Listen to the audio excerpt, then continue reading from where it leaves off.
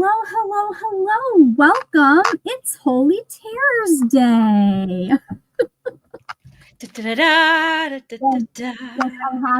I haven't gotten all of my I'll be fully honest. I stopped tabbing about halfway through this. I was just listening to the book. I was just reading it, but I have not put all of my tabs in. But yeah, it was we finished. It's done. We finished. The trilogy is over. We did. This was a very interesting way to go out. I'll say that. Yeah, it was obviously her writing style is very, recognizable. The characters, as far as their development and the way they speak, the way they act, their decisions, all of that. But I feel like the plotting, like the plots, went in a completely different direction than I expected. Yes. So the way that the show is going to go today is we're going to talk like non-spoilerish things. And Leander's already got us off to a running start with the writing style. Talk about non-spoilerish things. And then we're going to talk about spoilers. But first, let me give everybody just like a quick description about what this particular book is about.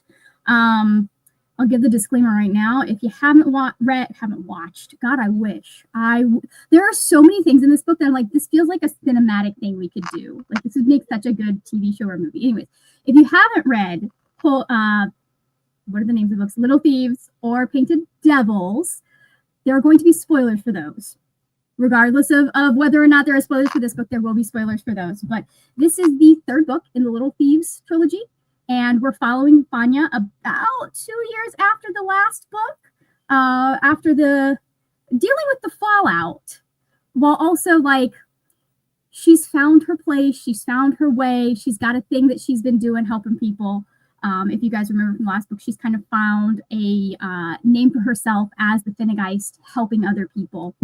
And then she ends up involved in a case where they are trying to frame the Finnegeist and ends up having to work with Emmerich after everything that happened in the last book. So, and it is a wild ride. Just wild. So, we get into the non-spoilers section. Just to start it out. And I'll keep these banners up so like you guys can kind of, if people are watching this on the watch, you can kind of tell where we're talking about stuff. But so, writing style. One of the things that I don't know if you noticed this, but something that I noticed that Margaret Owen is really good at doing is letting you know something happened without having to actually walk you through everything that happened, right? Like, are you referencing like foreshadowing or things that are happening behind the scenes that our perspective, Vanja, she doesn't have, knowledge, or she wasn't in the room, but obviously we know things are happening outside of her perspective. Is that what you mean?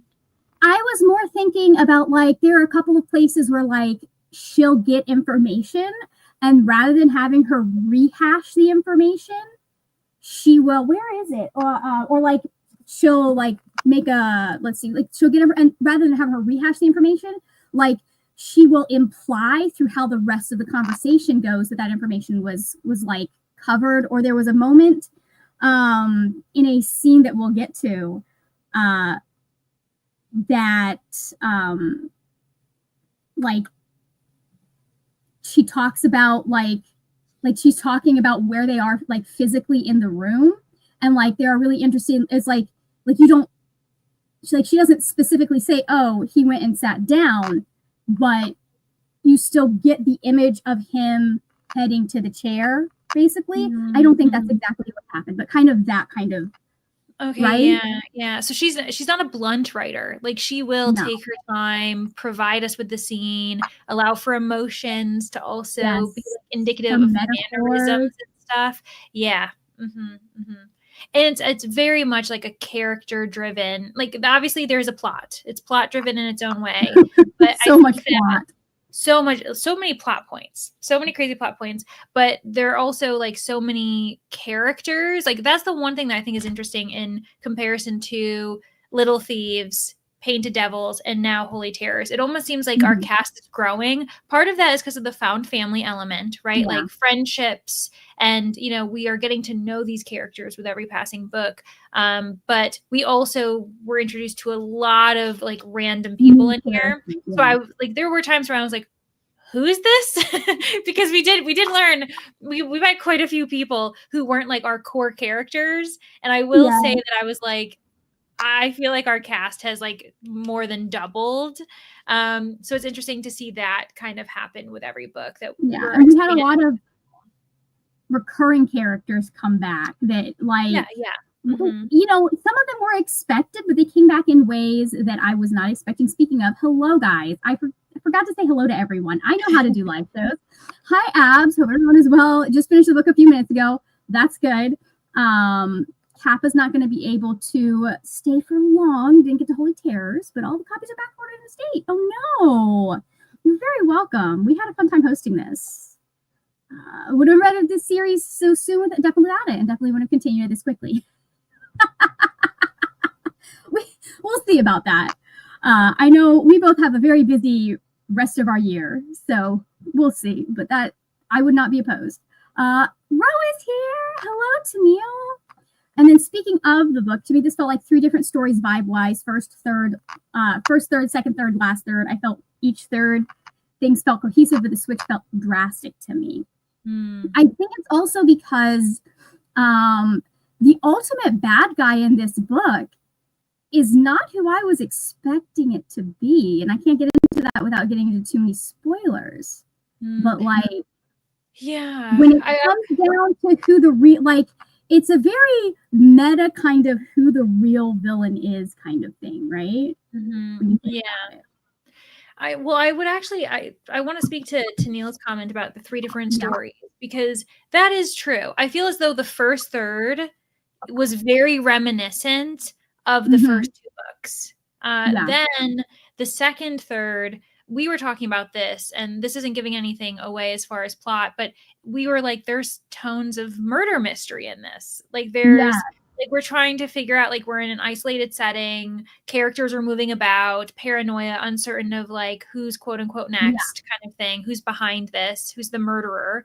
And then the final third ended up becoming like very surreal, like almost leaning into, in my opinion, at times pulling ideas from like almost science fiction too, as far as I can't get into it, but the reason why it reminded me of that, it was very trippy. It was a very trippy final third. Knowing now that Margaret Owen plays D&D, that final third of the book makes so much sense, because it really does feel like a D&D game a little bit, like you're dealing with a battle with the big bad evil guy, right? Like just so many different things happen. You have things like they think they've defeated something and then it levels up type thing, and like, oh no, this is my true form. So like it was very interesting the way that she went around and did some of that, and how she used some of those kind of mechanics to move us through that last bit. Like it almost kind of became a little bit of a Portal fantasy, like just a little Portal fantasy moment there. But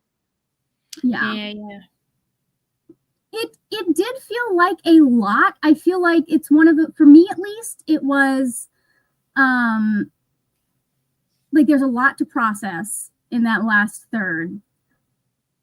And I was also like, I was listening to it and reading it at the same time. For me, because we've had so much build in the previous two books and 2/3, I felt like there is a lot to resolve, obviously, by the time we get to that.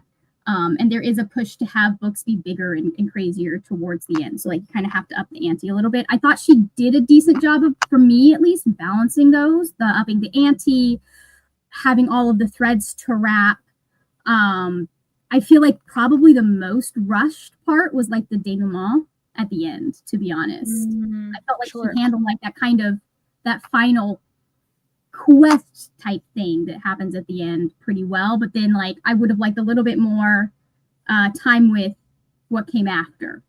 you know? Yeah. And like, I suppose that this was the longest book of the bunch, not like much longer, if we're going to be honest, like what, like 40 pages longer. So we definitely think we could have had more of her taking her time. Cause why not? Cause especially because if you're getting to book 3, people are willing to like fully get the story and know what's happening, and make sure it's done right and everything. And that's not to say that, you know, it was not done well, but I kind of feel as though, yeah, I don't know like what was going on in Owen's head, but I suppose like in my mind, I was thinking we complimented her in Painted Devils for this, where there were a lot of nods to Little Thieves, a lot of connections to Little Thieves, bringing back themes, bringing back like items or, you know, ideas. And it was really lovely to see the two end up kind of coming together. With Holy Terrors, I feel as though she was pulling things from Little Thieves and from Painted Devils. And, you know, if you're a hardcore, like detail focused fan and you love all of these nods, it's great. For me, I kind of agree that it felt like it was a lot. Like it was almost, it was a lot, yeah. Yeah. And so I knew where she was going with this. And I do think that I would like to reread it to see those things now that I'm not as overwhelmed with it. But now that you're not trying to rush and finish it before a live show? Also, yeah, I literally just finished this like a half an hour ago. So there, I will admit that there was that going on. But it did seem as though there was, and there are some things that I almost feel as though are a bit spoilery, but so I can't really speak to it just yet, but really like just overwhelmed. Like there was a lot, like something couldn't just happen. I felt like it happened in many different ways. Or it just happened a lot. And yeah, the ending I think was a little bit of a not disappointment for me, but because I saw it coming, more so the resolution, like in the very end that we were talking about. But I just don't know if I agree with how things ended, if that makes sense. It's weird. Yeah. For me, there's a difference between like what works for a book and what works in real life, because obviously if you're telling a story, you do have to consider like the satisfaction of the audience and write to like the largest swath of your audience that you can. So it's one of those things I'm like, if this was real life, I would be like, no, just go to basically be like, kids, go to college. Yeah. Just go to college. But I did enjoy the book or the ending. I felt like that ended where I personally wanted it to end, and it ended that way in a way that I was like, okay, this is fiction. I can see this working moving forward, right? Yeah, I could see certain I could see certain fans really loving the way it ended, and like some of the suggestions, like specifically about their relationship, I think as well is something we'll have to dig into. Like I could see some people really, you know, appreciating it. We're gonna have a fun discussion about that. I feel I think that ended up not working for me by the end of the book, just the way that it all went down. So yeah, I was a little bit disappointed with that, and then it just there was just a lot of cutting to different scenes, to different scenarios, and it was a huge mess. And that's not, I'm not saying that this was a mess of a book, but it was a mess in my head, which could 100% be blamed on the fact that I read a good amount of it today. I ended up reading, I think, the last like 125 pages today, and that's quite a bit. It's a lot to try to process. I mean, I read 400 pages yesterday. So. Yeah, that's true. I know. I was with you for a good amount of it. Again, this is part of why I was reading it physically and listening to it at the same time, just because I knew like I wanted to be able to like absorb everything. Ab says I think I made the mistake of reading most of it today and not pacing myself. I understand that. Yeah, I had a thought and now it's gone. Yeah, I'm trying to. But you know what? The characters, like, even though I had some moments it didn't. Oh yeah. Let's talk about some of our new characters without getting into too many spoilers. We had some people that were, came back. Obviously, we had some people that we met in the first 2 books, and then we did have a whole host of new characters with we had 2 like kind of main new characters, Lilia and Benno. How did you feel about them? I liked their additions. Yeah. Like I appreciated what they added to the story, what they represented for our other characters. Especially when like we were saying in Little Thieves and Painted Devils, we just had a more enclosed experience. And so it's nice to see characters through the lens of a broader kind of community too. Not just like enclosed where we all know each other, because Benno knew Vanya, and then we had Lilia who knew Emmerich. And so like everyone else, like in the other stories, like everyone knew each other. Yeah. So it didn't, you know what I mean? Where it's like you didn't have to know someone else through someone else's connection, like everyone. So that was kind of interesting. And I liked how I felt as though, if I'm gonna be honest, Benno and Lilia were very rational characters, and we needed rational characters in this book, because there were some people who were acting very much on emotions, struggling with that, and it was good to have outside perspectives to help with this. Hi, Kendra, you're good. Yeah, and I also think that like they to be able to fulfill the place in the story that they needed to fulfill without, we'll talk about them more in spoilery stuff, but to be able to fulfill the place in the story they needed to fulfill, they had to be rational and mature and all of that stuff. And I think that really like helped with some of the story, because certain parts of the story could have gone very differently, right? If we hadn't had hadn't had that rationality and that kind of maturity. And so we have Vanya and Emmerich, obviously we know from the last book, they're not going to be on great terms coming back in. And so having those two to kind of like be there and cut the tension just a little bit while they are acting absolutely the most immature you can was really nice. Having them be the bigger person in a lot of ways, in a lot of places, was really nice. And then we have all of the royals that are introduced to us. There were so many names there, and it was, to me, as someone who reads a lot of history with a lot of people that have the same name, it was actually very funny how Vanya would like give some of the like, yeah, this one is Heinrich the Lethargic and this is Heinrich the Pleasant. So yeah. Tennille says, yeah, we needed some rational people. There was too much self-flagellation and taking emotions out on others for me to properly enjoy. I understand the justifications, but that's not the kind of thing I generally enjoy. I prefer a higher proportion of maturity with more focus on external conflict. Yeah, and I don't think, like, I feel like there was a lot more internal conflict in this book, right? Yeah, and also, keeping in mind that, and that doesn't mean, what I'm about to say doesn't mean that, it's all or nothing, that these are two exclusionary, qualities, but this is YA. And so I feel as though like the level of like what we consider immature and mature, we have to kind of keep aware. I'm not saying that like you can't have mature characters in Holy Terror. We have mature characters in, the series and stuff. And yes, Vanya and Emmerich are like 18, 19 years old now. To my 19 and 20. I think I thought she had just been like 18 and 2 months or something like that, but maybe I'm wrong.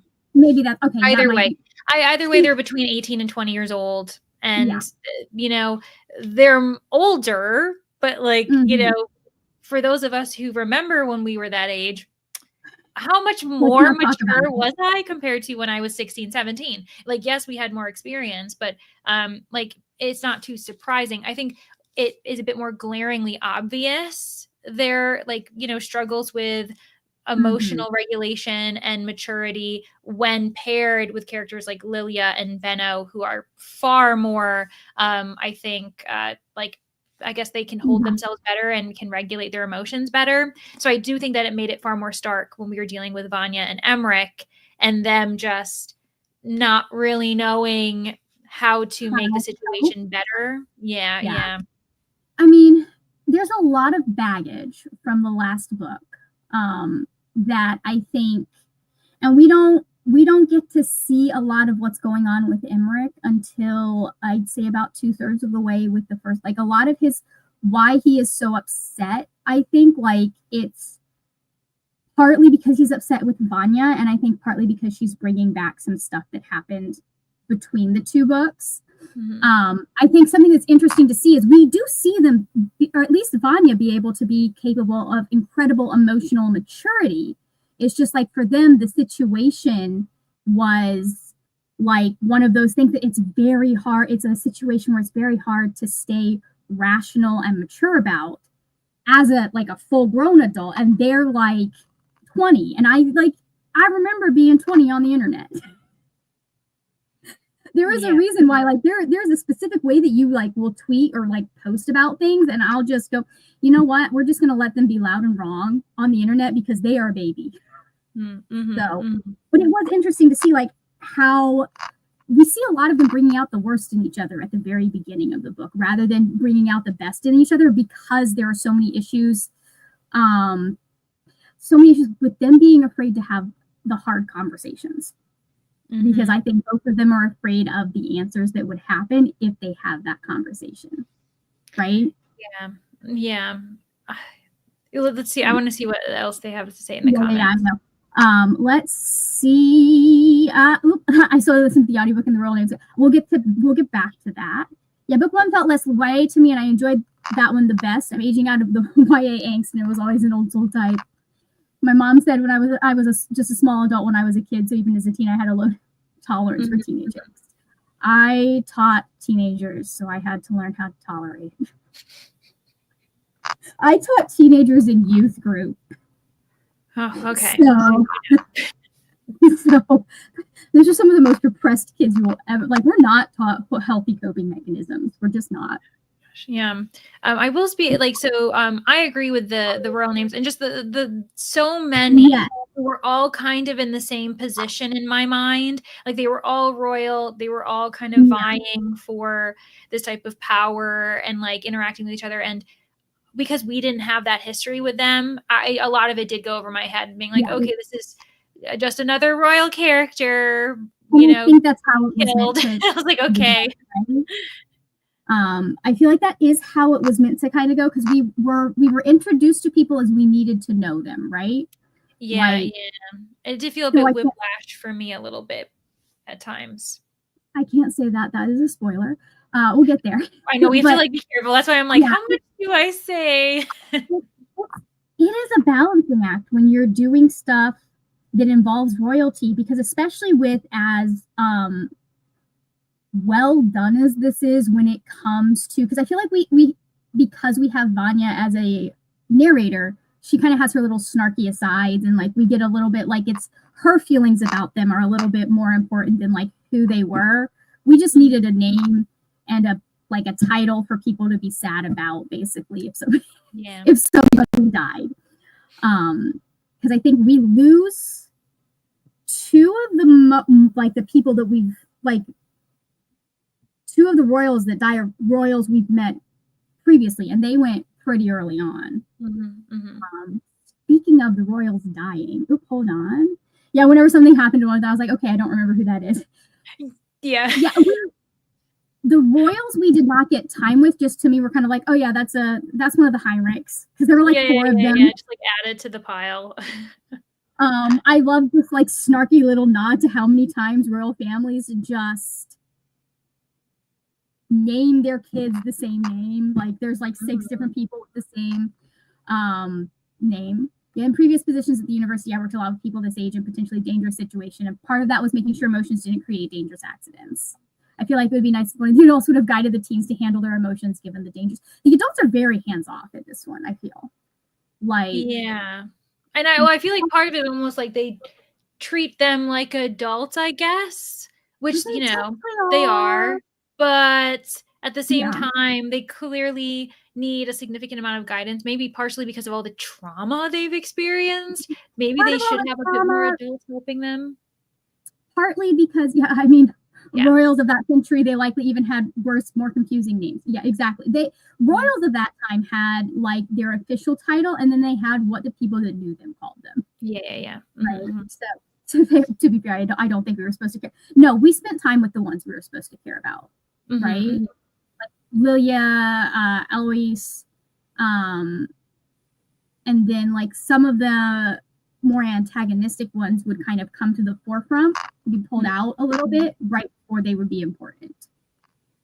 So that was, another thing that I think part of that does have to do, like the adults not being as involved, has to do with they have to, for reasons, they do end up having to be a little bit hands off, right? Because of what's going on in this plot. And that, I think, takes me to the next thing I want to cover before we get into spoilers, which is this is a little bit, and you pointed this out yesterday, this is a little bit like a manor kind of mystery, like a manor murder mystery. And I thought that was so interesting, like the way that she's kind of had a different type of thing that would use Vanya's skills in each of the, like we have a heist in the first book, we have a cult in the second book, and then we have like this country murder mystery, even though they're in the middle of a city. Yeah. So like it's like loosely, right? So it's not necessarily a country estate, but they are enclosed. It's very rare, like in rare moments they're leaving this vicinity, but yeah, they're all enclosed, all tight knit, and you suddenly just keep hearing that another person is has dropped, and now where was everyone, like who, like it really is, they're trying to figure out the puzzle of who could have possibly like accomplished all of these things. So yeah, that's what I definitely agree that it felt murder mystery in the middle for sure. I kind of like it was so interesting to have that very isolated setting, but not an isolated cast. And then on top of that have like no one, like, because who we think is the murderer at the beginning of the book, it's eliminated pretty quickly from everybody's list because they die. Yeah, they're like, never mind. that brings a whole other thing. Oh, yes. Yeah, the middle section, I feel, is also my favorite because we were having conversations. I am such a sucker for the specific conversations that we had in the middle of that section, which we'll get to. Yes, I did like the time stopping. I really liked how she, I didn't think about, I'm glad you brought this up, Abs. I really liked how she played more with the magic system in this. Yeah. And like the interactions, like just with abilities, right? So not just like interactions with the gods, but like Vanya investigating her own relationship with her godmothers and like maybe what has, created her in what she is. I feel like Witch Ash was, discussed more often. Like there was far more in, and also just like in coordination, like working in relation, because even like the Kobolds, those that ended up being the whole thing. Yeah. So like I agree with more in that. Okay. I think this is what's going to be our transition into some of the spoiler section. So just giving people a heads up now. I'm not going there just yet because I have a couple more things that are like points that could be non-spoiler, but just so you know, I will give you an official but so you guys know. One of the things I like is how she was able to like build on what we've like she implements and builds on so much of what we learned in books 1 and 2, right? Like it's partly we're dealing with what we learn about the prefects and how they interact with the low gods. Partly we're dealing with what we learn about how warlocks work in book 2. And this idea that belief is so powerful in this book. We have not said ratings yet. Yeah, we'll definitely do ratings, and I think we should do like rankings as far as like favorite book in the series to least favorite book in the series. Like just seeing where we all align. Like, is there a common denominator, or are we all just kind of across the board? I love doing that in series. So yeah, we'll definitely do that. Yeah, we'll do that before we get into the spoiler section. So yeah. Anyways, you were going to respond to what I just said, and I don't remember what I just said. Do you? Yeah. What are we talking about? Building on the magic system. Yes, building on the magic system. Like the fact that belief is such an important part in the specific. And this is another very D&D concept. If you know any of the mythology around the Raven Queen, because she is a deity who started out as a mortal and ascended to godhood, and so we saw that happening in book 2, and we're still playing with that even now in book 3, right? Yeah, like the idea that, and even in book 1, when she was like, because actually, so back in book 1, when we're discussing the idea of death and fortune, her godmother, and how she's trying to leave the empire so that she leaves the version of death and fortune that are there, because then if she gets far enough away, there might be a different death and fortune with like a different beliefs attached to them. So that means their capabilities are different. And so, and like even the wild hunt, like depending on where they are in the world, it's different, you know? So there are those discussions that it's linked to the belief of those within the vicinity. And so I thought that was really interesting too, this idea of not just you are like who you are based on like believers, like what they're telling you, their rumors, stories, folklore. And I feel like that's something though that Vanya struggles with throughout the entire series, is being what people believe her to be. Yes. And so I do think that that's a really cool theme to throw throughout, because she is struggling to either be more than or completely different from what people say she is. Like, she's a maid, you know, that's all she's going to be. She's a red penny, that's all she's going to be. She's a thief, like, you know, like all of these things. And so there are times throughout this trilogy where she's like, okay, fine, you want me to be the bad guy? I'll be the bad guy. Like, that's what you believe. Like, you won't believe me anyway. And then vice versa, we have these ideas of her striving to be different, striving to meet other people's expectations. Like at the beginning of Painted Devils, the reason why she doesn't meet with Emmerich is because she wants to be better or something before she, you know, she wants to prove that she's started this new life. And so there's this whole discussion about like being what people believe you to be, or being what they expect or hope for you.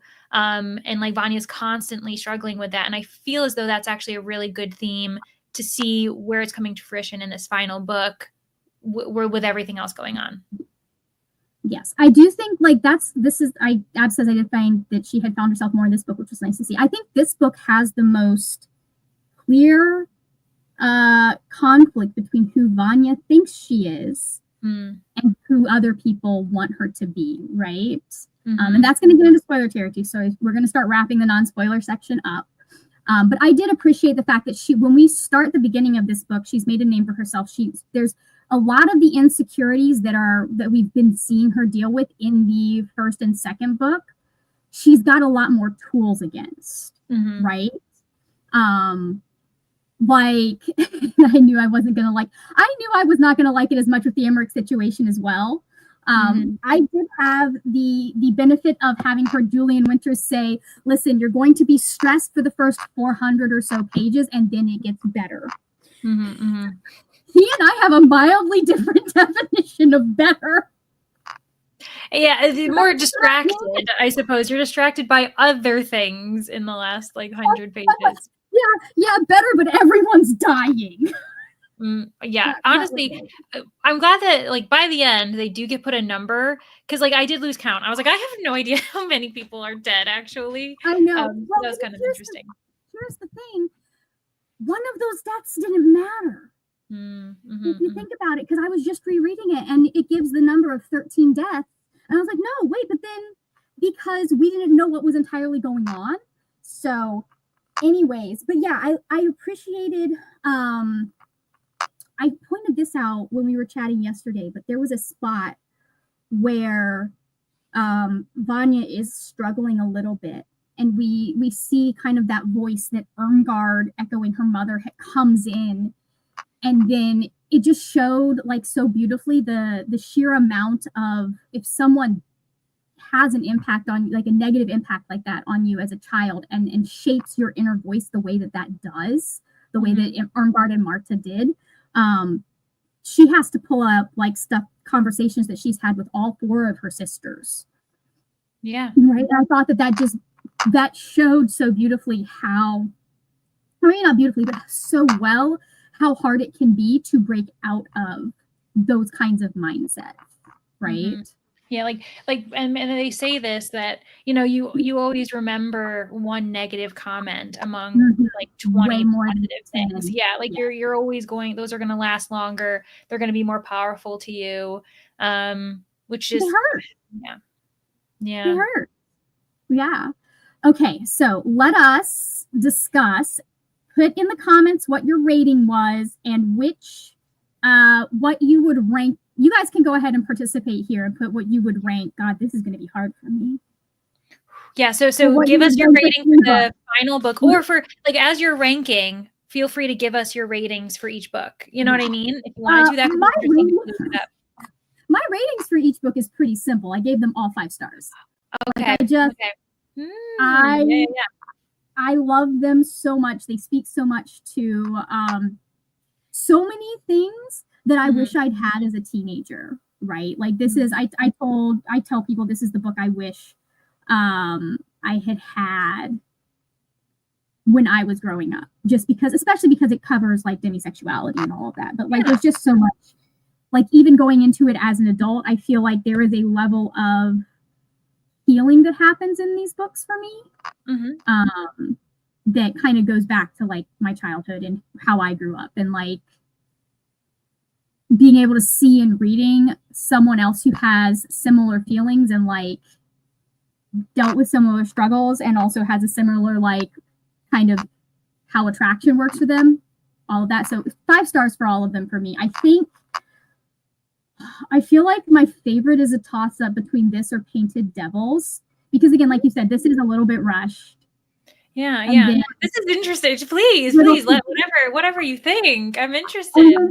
I want to say that it's like Painted Devils, Holy Terrors, Little Thieves. But it could be a toss between the top. Here's the thing. With a reread, it could be different because again, there was so much that happened. There are other things that I could catch. And again, this is a series that I feel like going back and rereading the first 2 books again, and then reading like there are going to be things that stand out in the first 2 books that are going to like make certain things, or there's things that happen this is the wrong way. There are things that happened in this book that are going to make things that happen in the first 2 books kind of stand out. Right? Yeah, sure. Like you'll pay attention to them more. Yeah. For me, so I gave Little Thieves 5 stars. I gave Painted Devils upon first read 4 stars, and then upon reread during this experience, I loved the connections between the 2 books, and I think I gained more from Painted Devils by reread than I did actually reading it on my own, like alone, for the first time. So then I upped it to 5 stars. So like Painted Devils my second time around was 5 stars. For Holy Terrors, this is going to have to unfortunately be my least favorite. And so it's literally going to go, and so Little Thieves, then Painted Devils, and then Holy Terrors. And like most of my reasoning is linked to spoiler discussion. So we'll get into that. But for me, this is going to be a 3-star range book. But I used quarter star rating, so it might end up being like, I don't know if it's going to be like a 3.5 or what, but that's kind of where I'm sitting, is a 3.5 for this one. But like I said, I do think I need to reread it to see if I end up gaining more from it the second time around, and like, just pacing myself, because I could 100% like blame myself for reading it too quickly as well. There is a very specific thing that happens that I was like, oh, this is going to happen. And when we were discussing this, Leander was like, I hope it doesn't. And when it happened, I was like, oh. We were kind of prepared that, like depending on how certain things went, I would have thoughts about it, and it is what it is. Yeah. Best of both worlds. And I'll get into that when we get into the spoilers. Like, I feel like there is a reason that it happened the way it did. And I think, again, this comes to me being a little bit like feeling like there's a lot that's similar between me and Vanja, and I'll get into that when we do. But let's see what everyone else said. Tennille says, mine in order of books are 1, 2, and 3, and it's 5, 4, and 3.25. Understandable.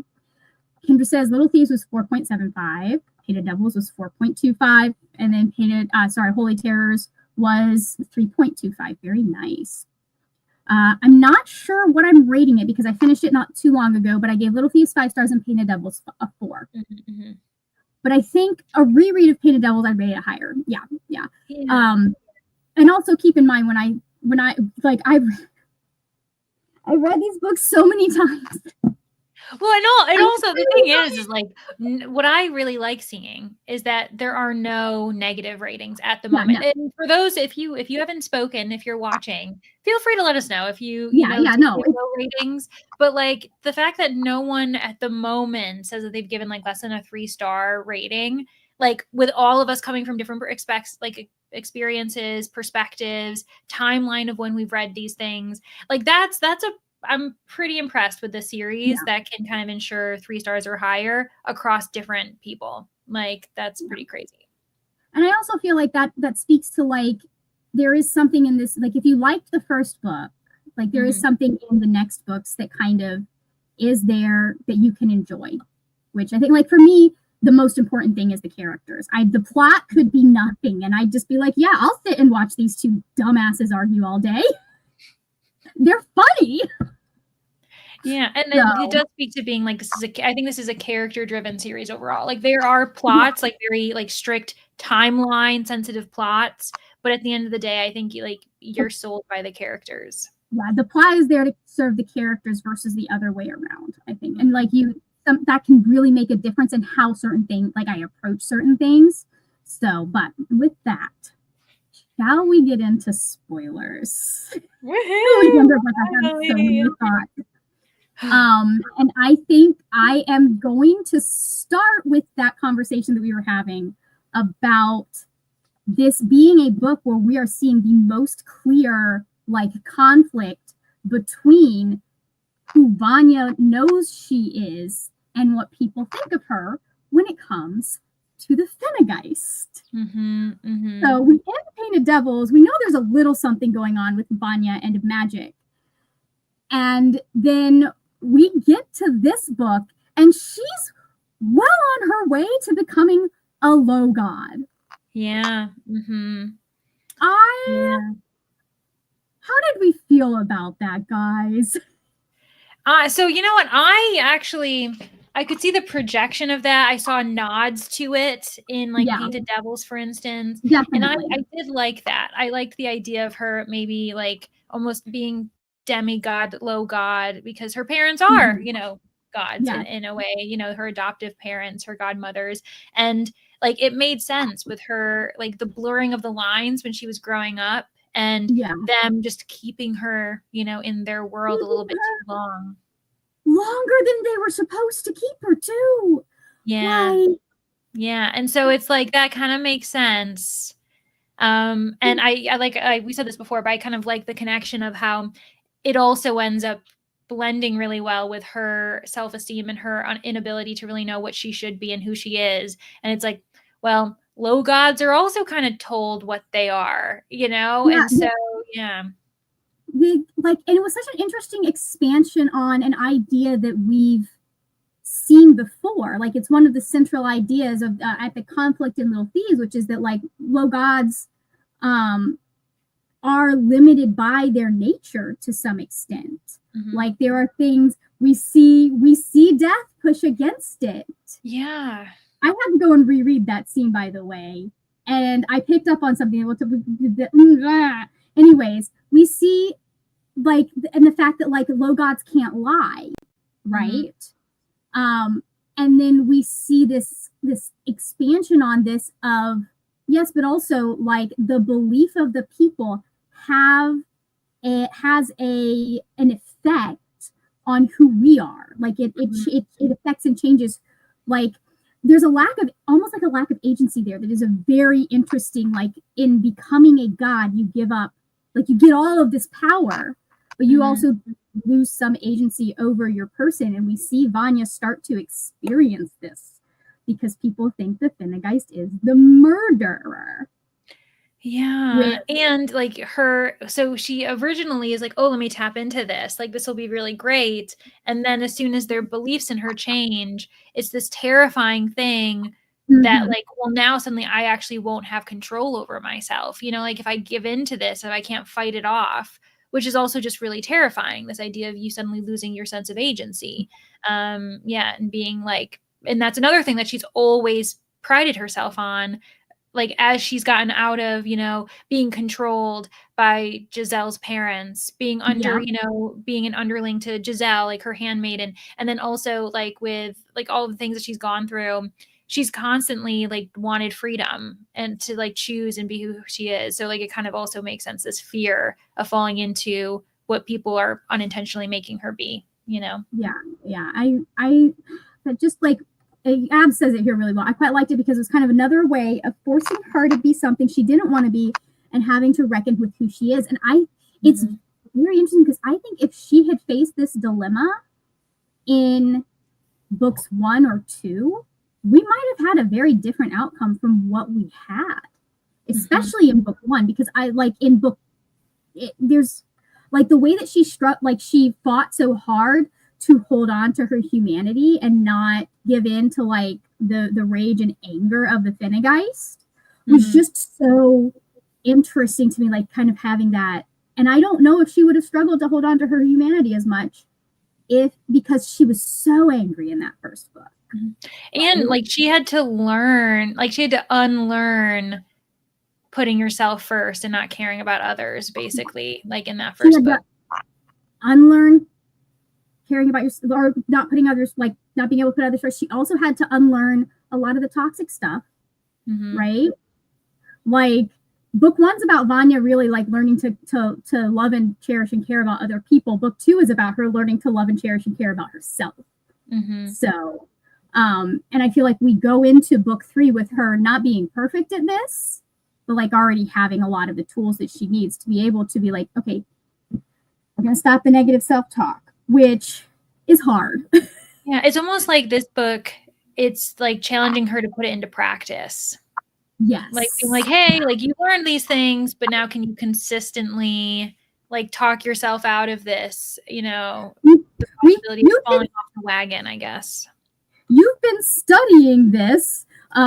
Now it's time for the worst final exam ever.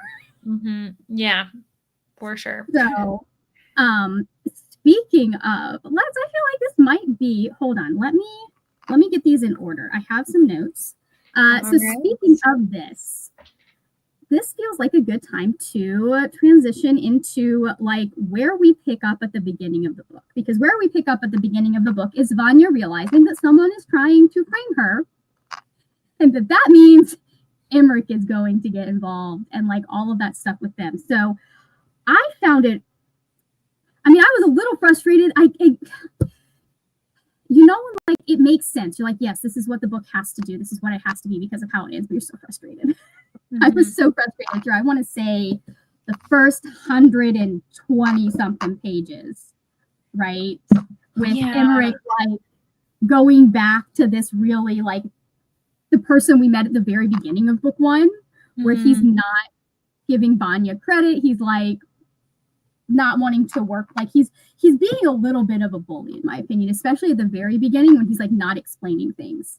And I understand. Yeah, like, definitely falling into old habits. Not like it feels as though he's not trusting her with that information, or there's like a specific reason for why he's not having like open communication. And obviously, and obviously coming out of Painted Devils, like there's anger there. Like they both have certain like unresolved things, him especially.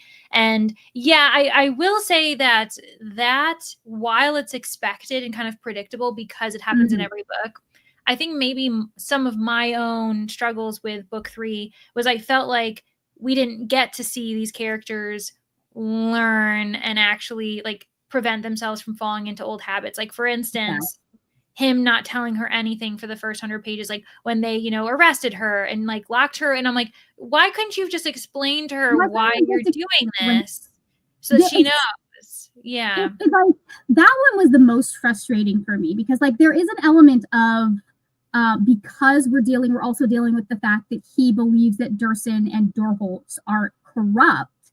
There's a like level that he cannot tell her, because telling her might end up with them finding out, not through like anything she might do, but like he doesn't know what they've got listening and all of that. But he could have at least told her why she was in that cell. Yeah, or been like, there are bigger things happening. I don't know. I just felt like it felt as though we were repeating the same thing, and it was like festering stuff that they've already gone through. And I'm like, if I was this situation, I'd be like, what are we like? Why are we like this wheel? Like we keep basically like what is it, like repeating ourselves? Like in the the definition of insanity is doing it over and over. Like I was like, this is actually like I felt like they were just going through the motions again, and I'm like, some of that was intentional on Vanya's part. I think her tearing up the book did really get to him. You know, I understood some of why, like, I obviously understood why he was so angry. I understand why some of what she personally was doing. And she calls him out on this later. And I really appreciated that. I knew this quote was coming because, like, it's one that Margaret Owen posted on her Instagram. But, like, she was, like, it's one of those things where, like, no, he shouldn't have been necessarily behaving that way, but she also was actively trying to make things worse because she wants him to not like her. She doesn't want it, because when we start the book, obviously he's engaged now, and she didn't want to, which I knew it, but she didn't want him to, like, think about her at all in the way that she wanted him to live in that frustration. And it was very funny to watch her, like, want him to live in that frustration and also be very hurt by it. Yeah. And yeah, I did read Tennille's comment about. I was going to get to that. Well. I felt like Kirkland's turnaround could have been explained even a few sentences. There was, like, that one sentence where she tells Vanya they're good, and Vanya's like, weird, but okay, and that's it. I feel like, for me, that felt like, I felt like she did cover that in the Kirkling apologizing and saying she would do what she could to help Vanya, and then we see Kirkling back it up. Like, I can't believe I'm sitting there going, yes, Eska Kirkling coming in with the save so many times in this book, where I think one of the things that might get to people is there's very clearly a lot of work people have done off the page. And we only get to see the work that's been done in Vanya because that we're in her head. And so we get to hear her talk about that. We get to hear her talk about the conversations with Benno. We don't get to see those with either Emmerich or Kirkling, right? So I think that is a level of, I don't know, I feel like this book could have benefited from having Emmerich's point of view. That would be interesting to discuss too, what everyone else thinks about that. For me, I don't mind just having Vanya as the POV, and that may have been because Emmerich really kind of was ticking me off during this book, and I wouldn't have wanted to be in it. There's stuff that happens at the first, I want to say 250 pages, where I'm just like, you're better than this, sir. Yeah, I know you're better than this.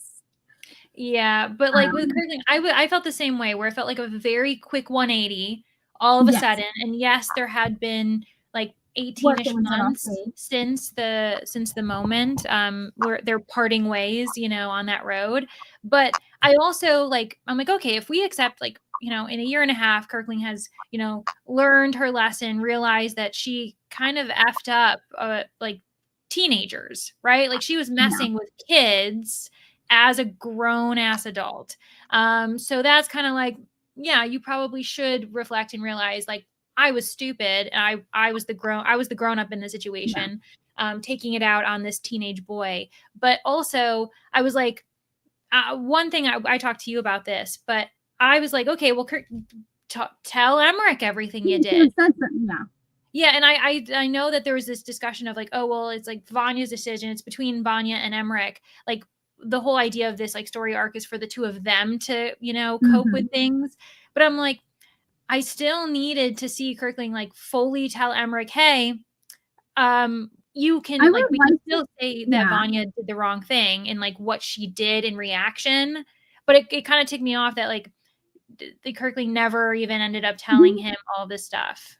Yeah, because of the way things go, we don't even get to see him. Like, I really wish we could have seen him have a conversation with Kirkling about that. Yeah. I feel like I liked how Margaret, we don't have to get it. I liked how Margaret Owen handled that on Vanya and Emmerich's side, right? I understand there wasn't time. I wanted to see Emmerich actually reckon with that. Let's see.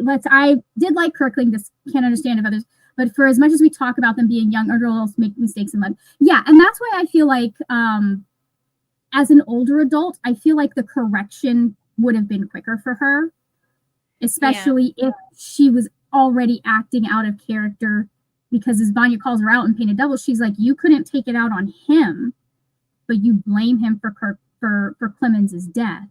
Mm-hmm. And so you are like, you're taking it out on me because you can't take it out on him. Yeah, I don't think if I were to be in his head, it would have made me more mad.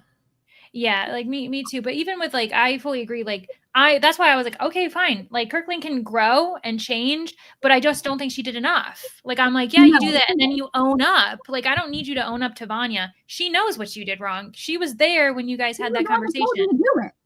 Yeah, I was like, you need to own up to Emmerich, and then he can decide how he reacts and discusses things with Vanja. But I'm like, at the end, I don't know. I was like, I don't think that I accept that Kirkling keeps leaving things and everything in the same pockets.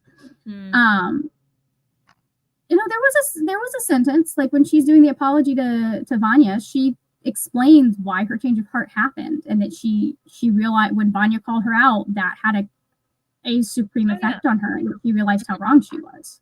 Yeah, for sure. But I did for Emmerich that I was like, there needs to be something going on with him, but Emmerich also was. Whoops, hold on, come back here. Emmerich was also being really immature for the youngest prefect, who presumably would have needed to show maturity to get into that position.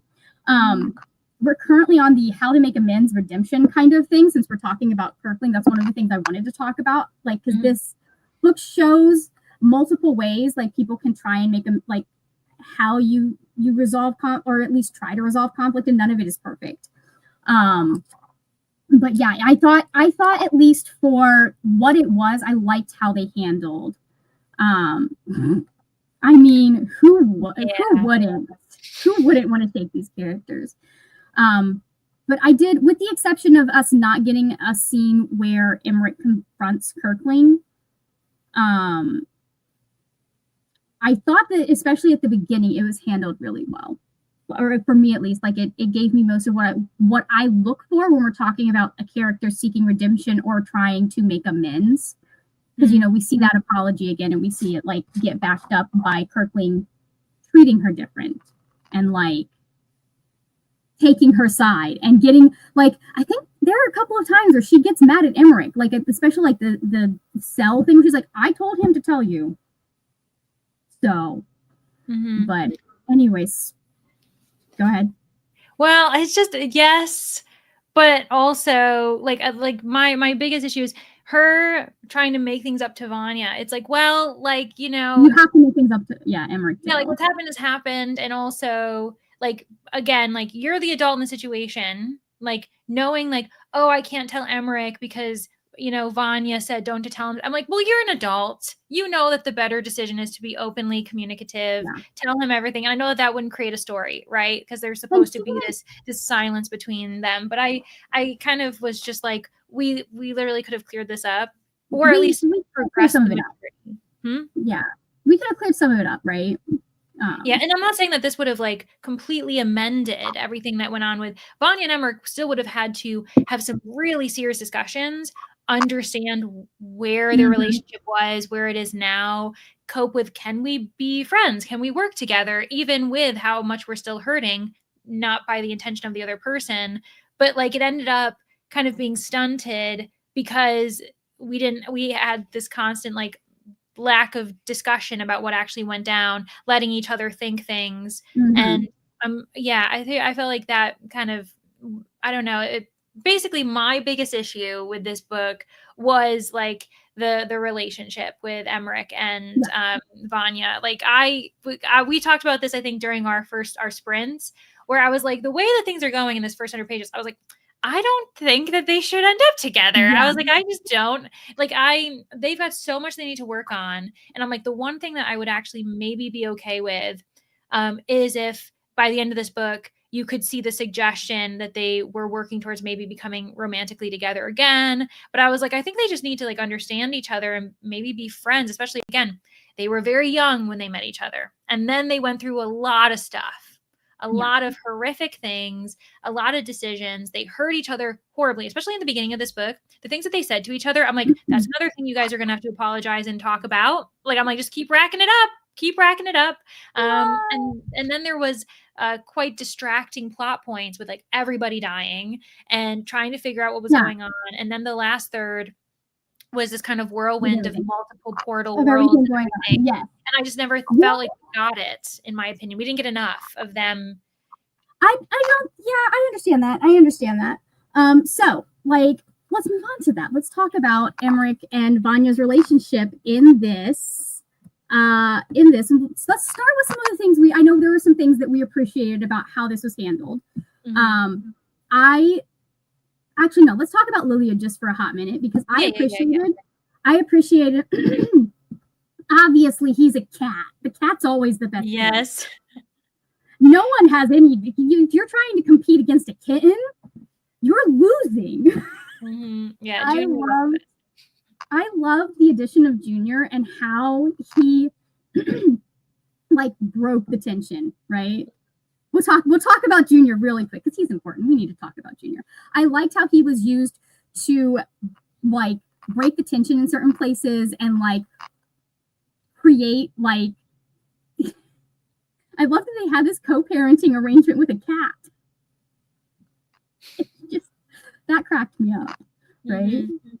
Yeah, no, and it showed like a sweeter side where they did have to kind of cooperate. I do think that also at the beginning there was some childishness and Junior was used. Yeah, like was kind of used between them being like, you have him for this night, I have him for this night. And I'm like, Vanya found him. It's Vanya's cat. Yeah, her cat. Yeah, I was like, there's no sharing. I'm like, you apprehended her. You arrested her. She almost died. That's her cat. Like just because you took care of her after you like arrested her, I'm like, that's still her cat. So there were, but like I get the humor surrounding it. Junior was the best. I think that was the first sign we got of like Emmerich still trying to want a normal connection, right? Like the cat being there, like because he absolutely could have been like, yeah, you keep the cat, whatever. I think because it was her cat, like it was something that he's like, no, I want to keep it too. Mm-hmm. But also, he's a cat. He wants to get up here. But no, I agree. Like if at the end of the day, that's Vanya's cat. She found him. And I was a little frustrated. I'm like, why are we talking about, of course you took care of the kitten. She was in prison. Yeah, literally you arrested her even though you knew she didn't do all this stuff. Like, and actually, but to circle back, sorry, we got distracted by Junior, as we should. Talking about Lilia. Yeah, Lilia and Benno, because I think they are kind of connected, like as we were saying before. Well, they're cousins. I liked their existence because it showed the idea of like time has passed, as people would do after ending a relationship. Eventually, you, whether it's soon or within a year, whatever the case is, you may branch out and try another connection. So I liked that. I do think that like her relationship with Benno was healthier than her relationship with Emmerich, which kind of made me be like, oh, I wish I didn't think that, because that affected me.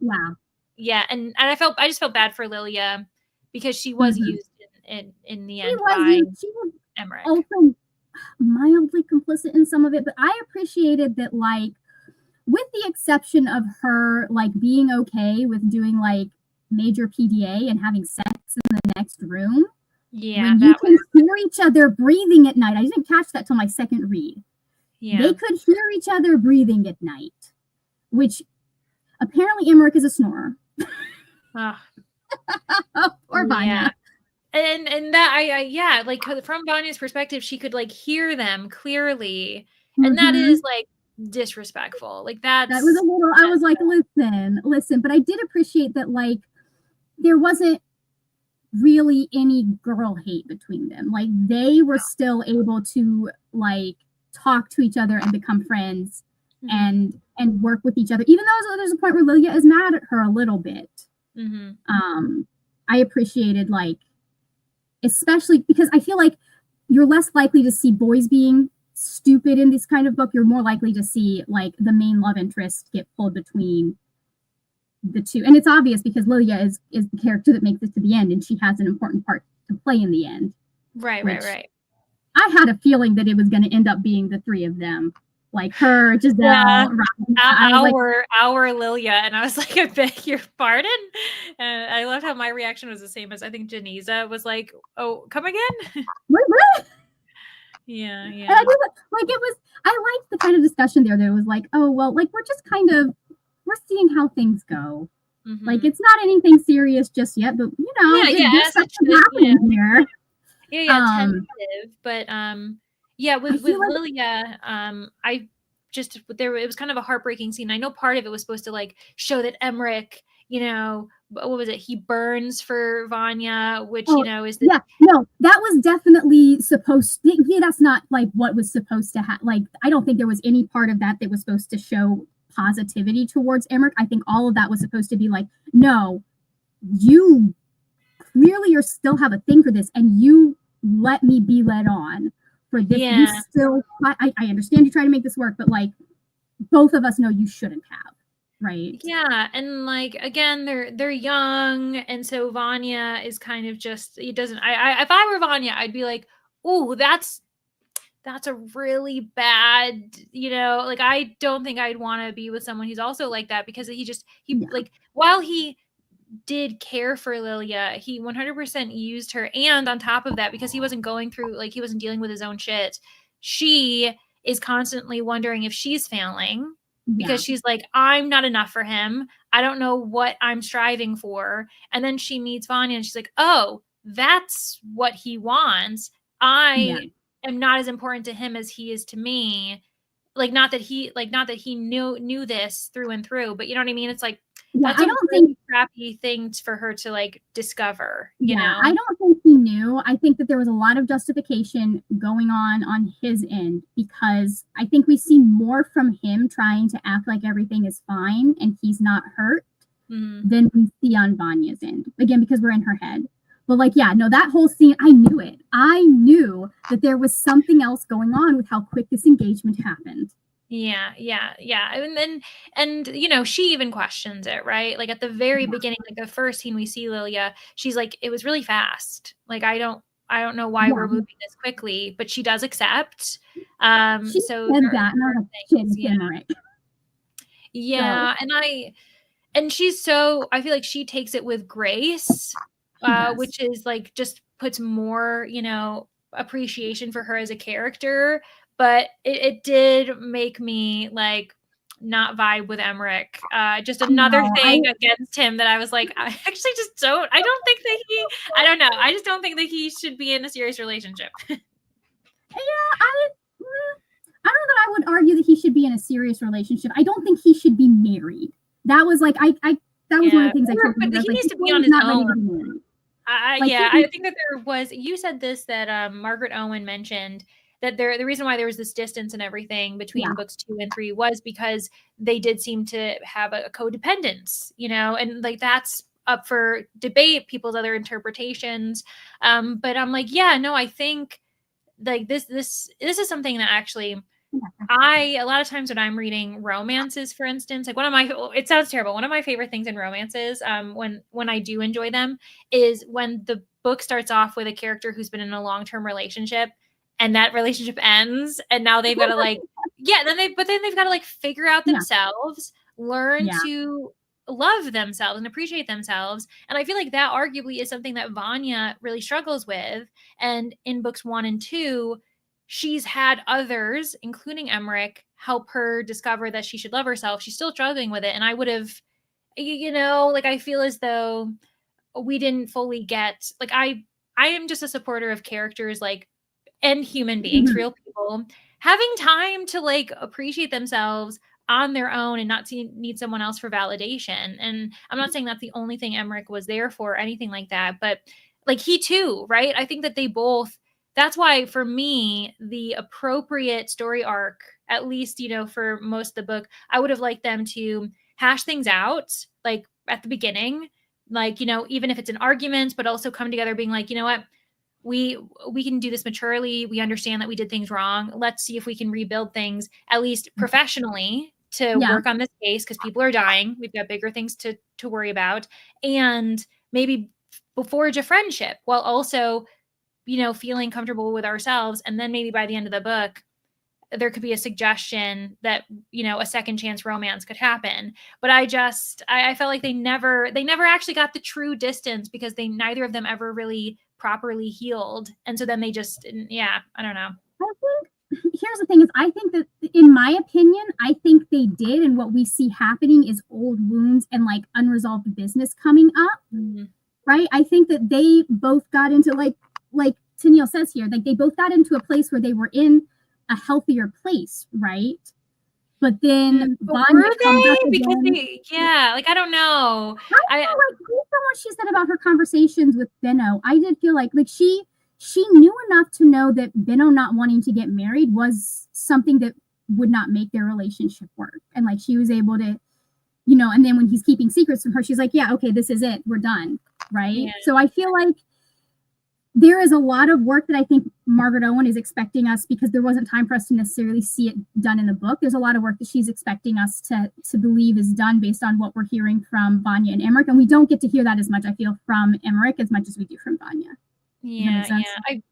With this comment though, I feel like, like that's kind of, I think maybe where I'm coming from is that, their relationships with Benno and Lilia were healthier because these two characters are healthier, but it also represents to them what a healthy relationship should look like. And the fact that as soon as they're back in the room together, or as soon as they're dealing with stuff, things, you know what I mean? Like it just shows that they aren't healthy together. Like I feel as though their healthy relationships with other people should have told them that they shouldn't be together. I will say though, I feel like that there isn't a bigger declaration of love than Emmerich going to her. Yeah. That is the mark of true romance, ladies. If the man will conquer his greatest fear.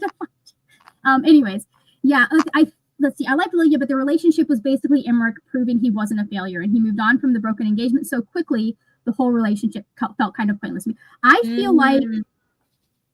Again, Lilia and Benno were relationships that needed to happen for these two because they needed to be able to feel like they could be loved and be healthy with someone else, right? Or be loved and be happy with someone else. I think that them, like, because so often you have these books and it's like, oh, they meet the first person and then that's it for forever. They don't do any sort of experimentation. And for these two, it's like, okay, they have seen what else is out there. And when it comes down to it, again, that's who we want to be with. But Emmerich feeling like a failure, and then everything going on with Dorholt, I feel like there was just a lot that was going on his end, mentally and emotionally, that Vanja was not aware of. And that's why he shouldn't be in a romantic relationship with Vanja, because he's got other stuff he's got to deal with first. Like that's. I'm a big believer in if you both go into a relationship knowing what each other's flaws are and with a commitment to like work together to overcome those flaws, that you don't necessarily have to not be in a romantic relationship and still like you don't have to fix yourself first to be in a romantic relationship if your partner is willing to work with you or is willing to go on the journey with you to do the fixing. And I feel like that's where we see them kind of end up, which is in kind of a place. And this, honestly, I would have liked to have had this happen a little bit later, but when they have that final like reckoning and right before Irmgard fucking comes in and wrecks everything again, when that scene happened and they're like getting it on, I was like, well, shit, we still have like 140 pages. What is Margaret Owen going to do to us? And she put that in there to have that because she wanted to close that kind of part of the storyline, I think, so that it would not be a factor moving forward. Like she kind of wanted to like take that out as a point of conflict moving forward. And when he showed up and was like, well, she put it crown side down, like she put the pin crown side down, and so I knew it wasn't your choice to leave. I kind of lost myself there for a minute.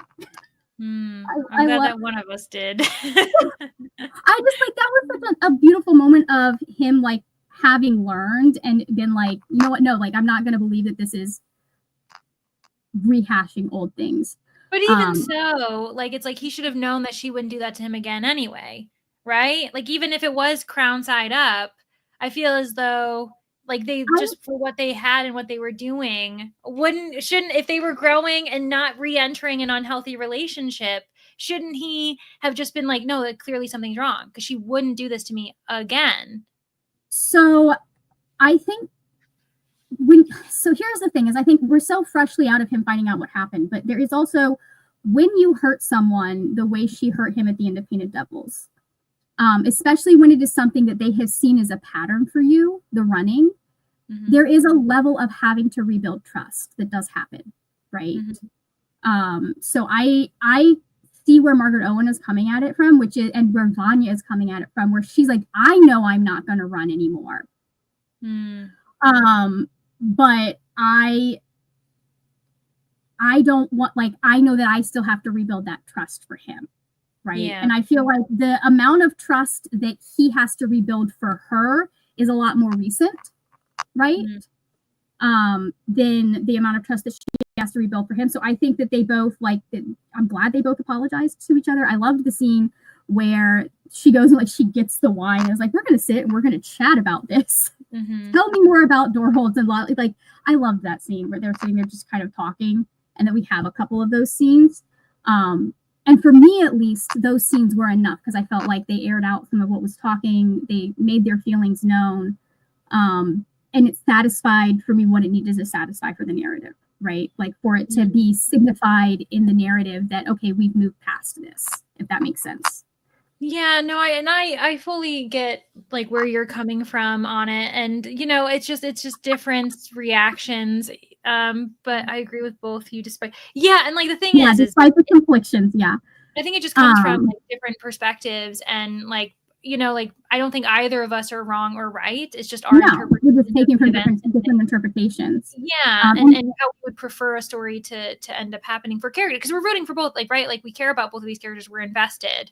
But like, because they're both dealing with their own mental health, their own trauma and scars, like I feel like adding that to like an unhealthy relationship that they came out of, to re-enter it, not fully allowing themselves time to kind of like just have a relationship, friendship, even just like something where they can still care for each other, just felt like rushing into things. Because then, for instance, again, by rushing into that, then leaving the penny, it feels like, you know, it could be rehashing, like triggering old things, because they had just had that.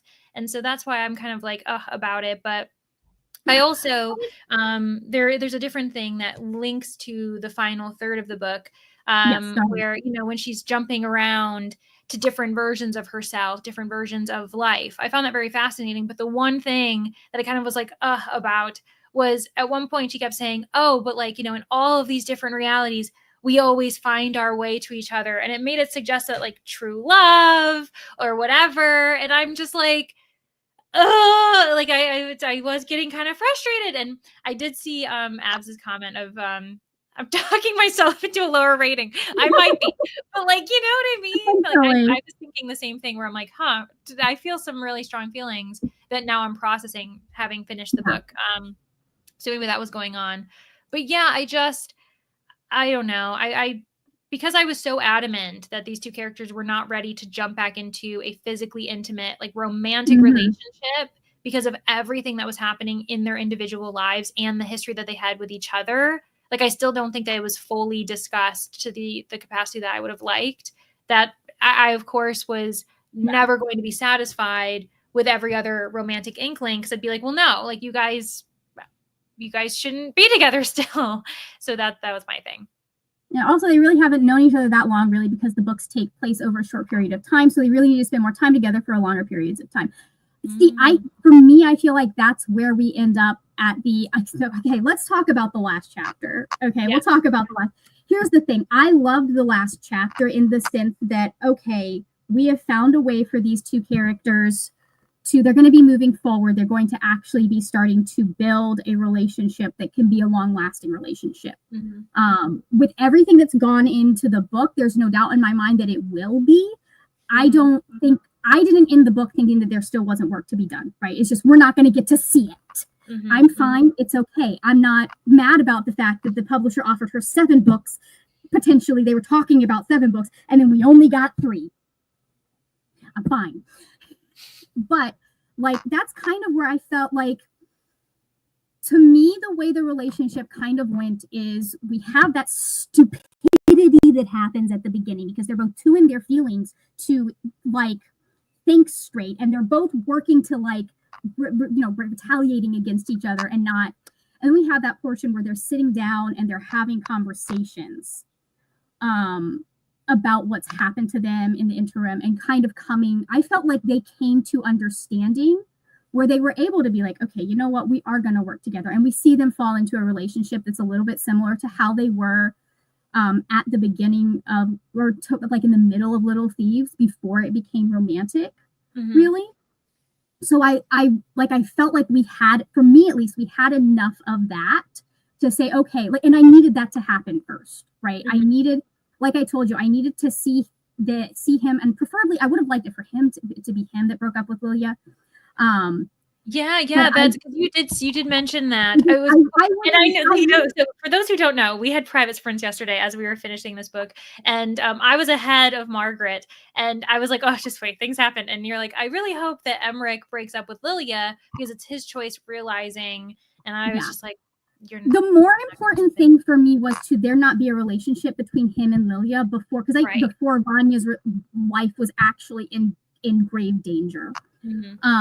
And this is, I think we're going to kind of wrap this up in a minute and transition into like death and what happens with death because of this. But like, so for me, that kind of like them being able to find that camaraderie and be able to work together in a healthy manner for that like 100 pages that they do in the book, that was what was necessary for me to be able to win.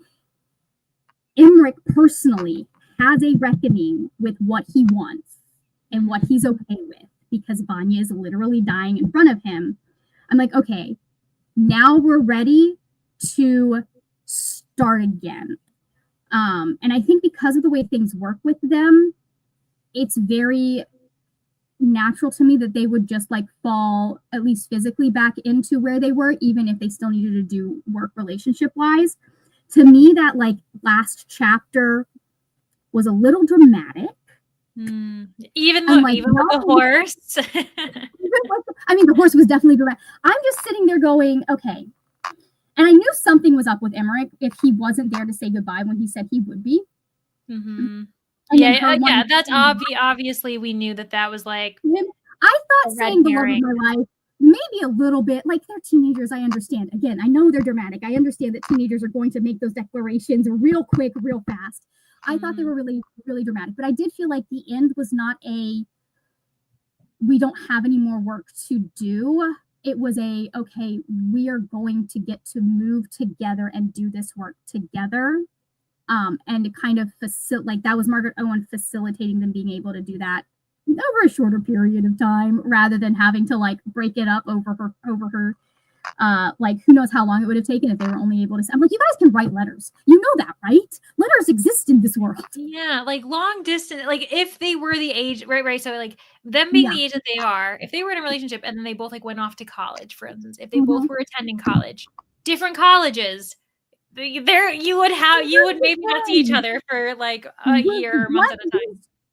With what these two have gone through, I don't think we'd be looking at the way that you would with a typical high school relationship going off to college. Because you go off to college, you break up because you guys can't do like. I think if you can deal with a giant lindworm Vanya, you can deal with a long-term relationship. Like there's nothing that's going to shake you at that point. Like with everything they've gone through. But yeah, I don't necessarily, the way I see it is they have committed to being together and to working on improving their relationship and like we just didn't have time for all of that to happen in the book, but it is something that I still very much see happening for them, like that they're going that is their intention is to continue doing that. So that's kind of where I am. Obviously the two characters are very happy at the end, like they're like this is the ending that they both were hoping for. You know, they even when they didn't think they wanted it, look at these two. And even the cat, even Junior's in there. But they like what I'd be interested to see what other people think is, you know, throughout a good amount of this series, at least like toward the end of Little Thieves-ish, most of Painted Devils, and then obviously we were rehashing it in Holy Terrors, was this issue that like a big reason why they couldn't be together was because one of them would have to compromise like significantly. Like there was no way for them both to compromise in any way. And so I would be interested to hear people's thoughts on the ending of them both kind of getting what they want-ish. So here's the thing is I actually do think that this is one of the few times where we see a female main character like depowered in a way that makes sense, because it's made very clear that Vanya does not want the power if it means giving up her agency. And so I felt like the agreement that she comes to with Justice was like the best of both worlds for her, where she's able to continue being the Finnegeist. She just is going to be the Finnegeist without the magic powers, right? And she has to worry about the out. Like she specifically said within our contract, I need to be able to walk away from this at some point, because like what she hates is not having choice, being like, you know, in a corner, pushed in a corner and not having any way out of escape. Like that's literally what it is. And I appreciate that, because I feel like that really shows that Vanya is like, okay, this is, and I feel like that plus everything we saw from her other life, that was Vanya going, like, I've learned what I need now. Yeah, I want this now. I don't know if I'm going to want this forever. Right. So she's thinking long term. That's what I thought about the ending, that they would work on things in the future, starting with Margaret Owen. I didn't get that part until the second time that I read that. There was a lot I didn't get until the second time that I read that, because I was just like, wait, no, keep going. What's happening? But, and she was traveling with the Wild Hunt too, just to use that. I like that the external struggles were taken away and they could focus on the internal problems. Yeah, I think that that's a lot of what, like, to me, it feels like two people that have like recommitted, basically. To me, that's basically it. Like, we're committing to working through things. Yeah, so. I wish that I had faith in them. Like, you know, like I wish that I had seen enough for my liking throughout the book to have faith in their relationship, and I personally didn't, which kind of sucks. Yeah, I know. I knew when they pulled out like when it was him reading the diary instead of and I feel like, here's the thing, is as someone who feels they can get their thoughts out better in writing than in trying to have the conversation sometimes, as Vanya, I would have I really identified with her sense of relief that he read it instead of her having to figure out how to say it. Yeah. Right. So I appreciated that, even if it was not a perfect situation. I just was happy it made him cry.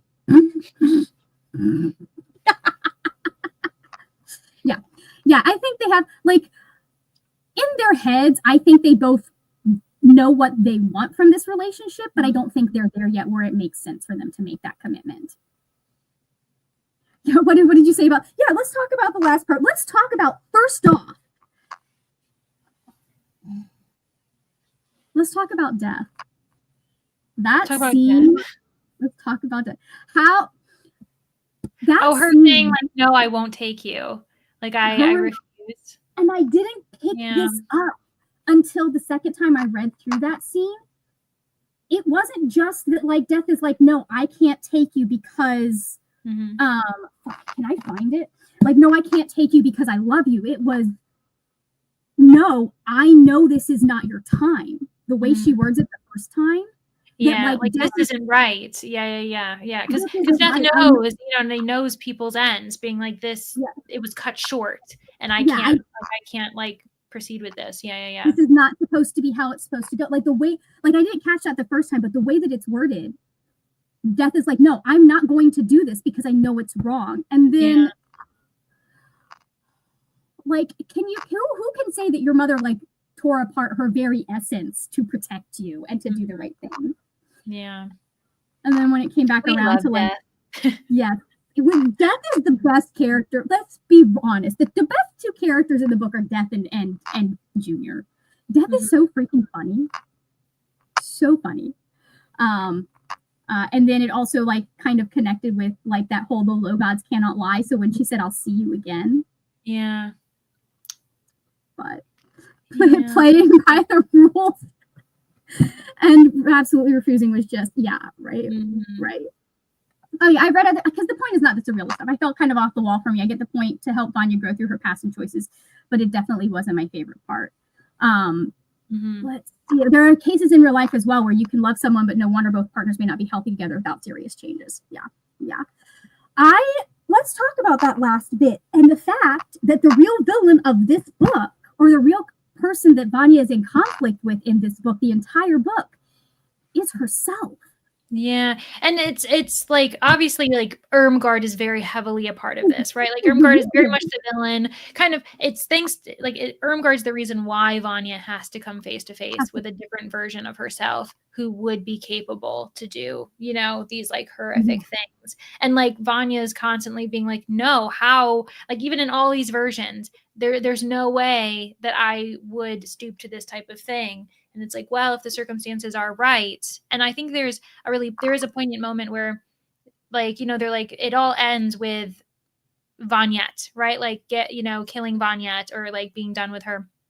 And she's like, but I also know what made her, like, because it almost made me, like, you know what I mean? Like, if different decisions were made, if, you know, if other people acted in a just slightly different manner, I know what could have created her. And it's like the same thing actually linked to, I can't remember when she and Emmerich are discussing this, but Emmerich was saying like, oh, I knew where you were for like various reasons, but one of them was that the crime rate went down.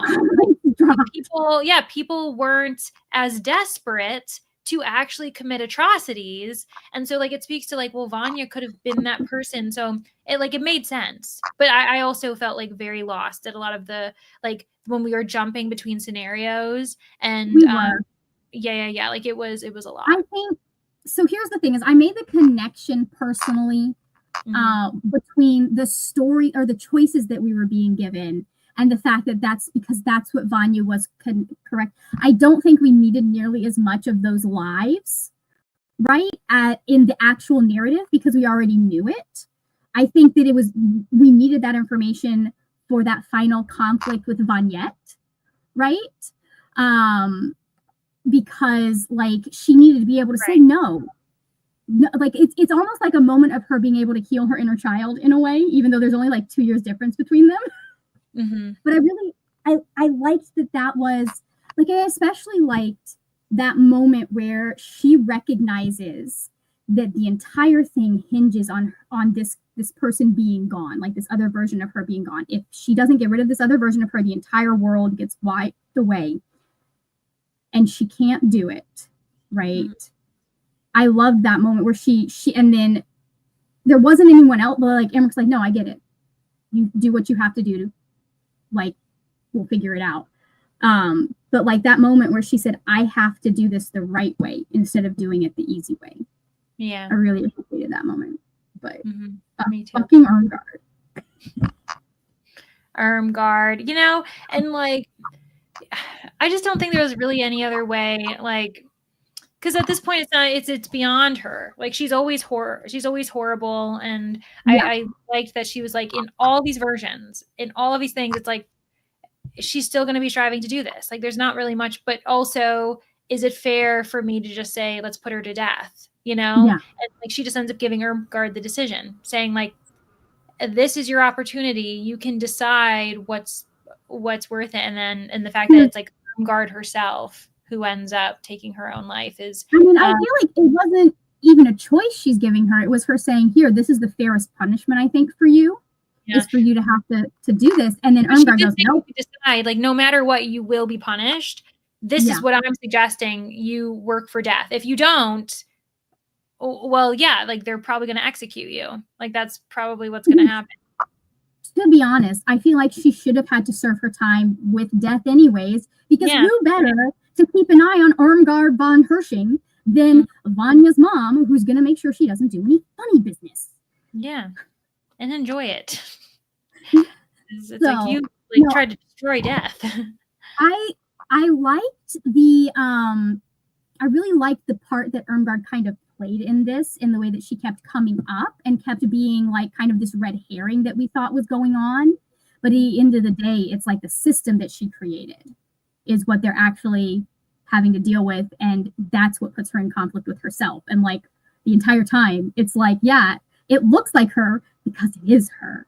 Yeah. Or like, of course, Irmgard's striving for power because that's the way the system's designed. Like, none of us are surprised when any of these, like, you know, monarchs or royal people, or like, you know, like, no one is surprised when any of them are doing things to gain more power, more money because it's expected of them. You know, we just kind of like shrug it off. And I also like that at one point, like Irmgard is just constantly being like, you're cheating, like you're constantly trying to beat me, all this stuff. And at the end, like, yeah, and Vanya's just like, honestly, I'm just tired. Like, I actually hope to never think of you again. And I think that that also speaks to like the idea of, you know, people who are harmed by others, whether it's consistently or just in one moment. Like when you experience that, like whether it's a bully or, you know, a harmful relative or whatever it is, like truly the person who's getting the brunt of that is just like, I would just rather not think of you. Like you know what I mean? Like I'm not obsessed with you. So I felt like that was like also a very like relatable situation when you're talking to basically your abuser or, you know, like your bully, whoever has caused the trauma in your life. You know, it's like, no, I actually don't want to keep coming up against you. Like that's the last thing I want to do. And it was like so typical because she's sitting there accusing Vanya of cheating when really she's the one that's doing the cheating, right? Right. Yeah. Like she's the one that is like going against the bounds of what she was supposed to do in her punishment. She's the one that was like having to ruin people's lives and all of this stuff. And Vanya is like, yeah, let's see. It really showed how those with power are unwilling to deal with consequences because they don't think they should. And it's also interesting because it's introduced, we didn't talk about this, but it's introduced that like part of why the Blessed Emperor exists is because there has to be someone keeping things in control as far as like bound to the low gods so something worse can't come in. And I was like, so that is such an interesting discussion that you have about like, what do you do when a necessary system is a bad system? Like, I can't fix that one for you. I can't answer that one. That's in the whole hour and a half discussion in and of itself. Real quick, is there anything else you guys want us to chat about? Because I think we're starting to wind down. But yeah, I feel like the ending was a little bit rushed, but I also feel like so much of the ending is not really supposed to make sense because it doesn't. Like we're in a weird, like mirror world that Irmgard has created that it just serves the whims of Irmgard. I felt for the most part, people got punished for. The only thing I felt like was not explained well enough to me was Oscar. Yeah, no, I'm glad you brought that up because we never even talked about him. Yeah, I felt as though that was very vague, and because we do have like a pivotal interaction with Oscar in Painted Devils, but even so, it was just that one moment. Yeah, then he becomes like this really pivotal character, but on the sidelines. Yeah, because like we're not even really thinking of him too much. And then he actually ends up being really huge. And I was like, who even is this guy? Like, I know he's her brother, but that's... Yeah, he's her brother, but like, what? Like, my thing is, why is he doing it? Like, just, for me, like, the justification that we got, which was just him wanting to do the work, like, and have something that he's known for. And be, like, known for doing it, for creating it. Like, I guess power in a different way. I feel like that needed to have been introduced in book 2, if that's what it was. But, like, we needed to like, we knew he was a shitty person from book 2, but like he still valued, it felt like, and put his family above, like, in priority. And the fact that he was willing to get involved in something that was going to harm his sister just felt really weird to me. Yeah. And I preferred him as just being like, you know, family trees, family dynamics are like all different. Not all siblings are going to be invested in each other. And that, like, you know what I mean? So it's like, I could see him just being the sibling who didn't really want to be part of his family. And it's like, okay, fine. But it's like, then when he became so important in Holy Terrors, I was like, that threw me for a loop. And I was like, why? Like, I thought that he should just be done after the whole ribbon thing. Cause he wouldn't know. Yeah, I felt like the ribbons and the pearl thing, we should, like, I would have preferred, like, if he had just been, like, if it had been me, I feel like I would have done it so that it kind of made it sound like it was a warlock thing, but felt more personal, that could mirror Vanya and how she would have ended up if she hadn't grown. Maybe I'm grasping it. That is there, but for me, I feel like it would have made more sense if he had gotten involved in the way that he did with the pearls and like the ribbon, and then been cut off when he realized, like, there's a part of me that feels like I wish he like just kind of disappeared from the narrative. And like we find out later that like Irmgard did away with him, like she did away with so many other people, because when he realized like this was going to actually affect his sister, he was like, no, I'm not going to do this. And then that's when he comes in at the end and like kind of like that would have made more sense to me as a rescue versus him being able to like being willing to sell her out. Yeah, and so that was the other thing. So we get a callback to the pearls and a callback to obviously the ribbon. We knew the ribbon would be important because of Painted Devils, the end of that.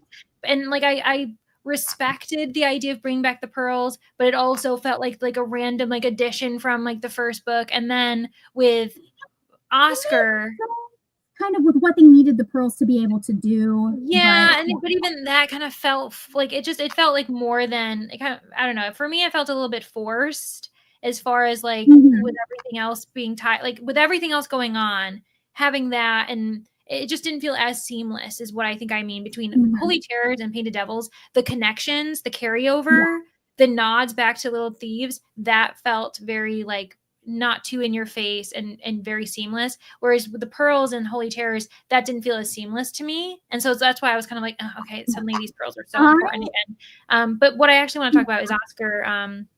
I could see him being a representation of Vanja, as mentioned, where in Painted Devils, she had the opportunity to sacrifice her family, right? Sacrifice her brother. She chose not to. Whereas Oscar is happy to sacrifice, and not, worry, but I still I felt as though that wasn't that important. Yeah, his motivation for doing it just made no sense to me, right? Like, and I get that sometimes that makes sense. I agree. I wish we had more of Vanja, but the book was long enough. I wish we had another book. I'll be honest. I'd follow these two idiots going across the country having to solve crimes together. That sounds like a fun series to me. I don't know.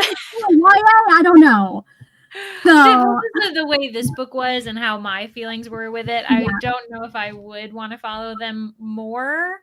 I feel like someone would have to convince me, and they'd have to have read it and known that it would have worked out in the way I wanted to. I feel like we could see some short stories potentially with this, and I also think that we would see a lot healthier dynamic moving forward, like with all of that. But yes. Okay, I think that is about everything we have to talk about. Like, is there anything we missed? Anything else? I kind of like the one with standalone. The others are okay, but I would have been good. Yeah, I understand that. Anything else that we have missed, guys? Anything else? I feel like I don't think so. I think there's always going to be stuff that we've missed, but we can always return to it. If people want to keep talking, you can always reach out to us. Here's the comment. Yeah, exactly. And I think I still need to check a couple of comments from the last one I did, but I do check the comments on these. So if you guys want to chat with us about it, feel free to drop stuff in the comments and stuff. But before we go, Leandra, is there anything that you want to plug for your channel? Well, if you like the style of read-alongs and things like that, we're not doing the same exact thing, but I'm joining Rainey and doing Jurassic Park read-along. We are keeping it strictly to sprints. We're not doing live discussions. So every weekend, we should have at least one sprint on one of our channels. And tomorrow, we're going to be on Rainey's channel. Time to be determined. I think it's going to be 12:30 p.m. EST, but it will be over on her channel. We're going to start with Jurassic Park, and then next month in June, we're going to be reading The Lost World, which is super exciting. So if you guys want to do that, I need to read that book because, like, Michael Crichton is a kook. He lost his mind towards the end of his life, but Jurassic Park is such a I just want the adventures of Vanja and Emmerich with no conflict or angst. Like, just give me external conflict from here on out. Right? They've gone through it. We just need external conflict. If they're investigating the murder mystery, right? It doesn't have to be in person for them. But anyways, I need to pick that up because, like, I don't know, Jurassic Park is one that I've always wanted to read. Even though he got really weird and right-wing towards the end of his life, this was prior to that. So I definitely need to go pick that up and, like, and honestly, it's kind of wild because there are some decently progressive things like The Lost World. Yes. The hero's a woman. Like, literally, if you read The Lost World, like, in my opinion, Jurassic Park the movie is better than Jurassic Park the book, but The Lost World the book is way better than the movie. And literally, like, Sarah Harding, they did her dirty in the movie because she is amazing. And she is literally the hero in the end, where it's only thanks to her that a bunch of things happen. And I really appreciate her character. So like, it is kind of wild to think of that, but also not surprising, because later in life, as people get, I've seen people become more conservative, especially if they're like deteriorating in certain kind of extreme scenarios. But I think he got red pilled, which it happens. But yeah, that was it also explains why his unfinished book was then picked back up and completed by James Patterson. And I was like, that sucks. Because anyway. Yeah. I don't remember, like, there's a podcast that Behind the Bastards did where they talked a lot about Michael Crichton for some reason. Like, he's not the subject of the episode because he didn't do enough things to, like, be on the episode. But, like, he was, like, somebody was, like, following his like, he had an influence. I don't remember what it was. But anyways, all of that to say, I guess I need to go find out where I can get Jurassic Park from my library so I can join you on Sprints tomorrow. If you want to join us. Wait, tomorrow's I'm on Thursday. Maybe I'll have to start on Monday. I just posted my Our Fantasy Bingo TBR the other day. If you guys, and we put some skips in it because here's the thing about me. I love making, performing, like editing the skits. I hate writing them. So I haven't, but I love, like, I love them existing. So anyways, there's a little skit at the beginning and then some books that I'm going to be reading for Our Fantasy Bingo, and let me know if there are any books that you are looking for still for TBR prompts, or if you're interested in reading any of the books. Maybe we'll want to read. I don't know.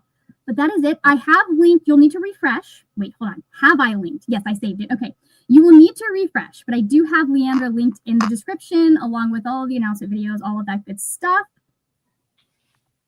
I forgot. I mean, the times that she did about her either. We didn't even think very good, though. They really were very good. There was so much going on in that book, to be honest. A lot of characters. We said there's a lot of characters. It's hard to keep up with all of them. I put it down and I was like, I need to reread this, baby. I just need to immediately, like, I went in and I reread some of them. I passively filled 9 Our Fantasy prompts. Hope the rest of the year goes like that. Nice. I think I've done like 7 already as well. I've done a lot. Have not. I need to sit down and like actually, I did start one of them. It's back there. I need to sit down and read some of them. But anyways, so again, Leandra's linked in the description. Make sure you go check her channel out. The 4 people watching probably already follow Leandra. If you're here, you probably already follow both of us. But if you're watching in the replay, let us know what you thought of the book in the comments, and also make sure you check out Leandra if you haven't already. And that is going to be it. Thank you so much for watching, and I will see you later when we'll talk about more wordy, nerdy things.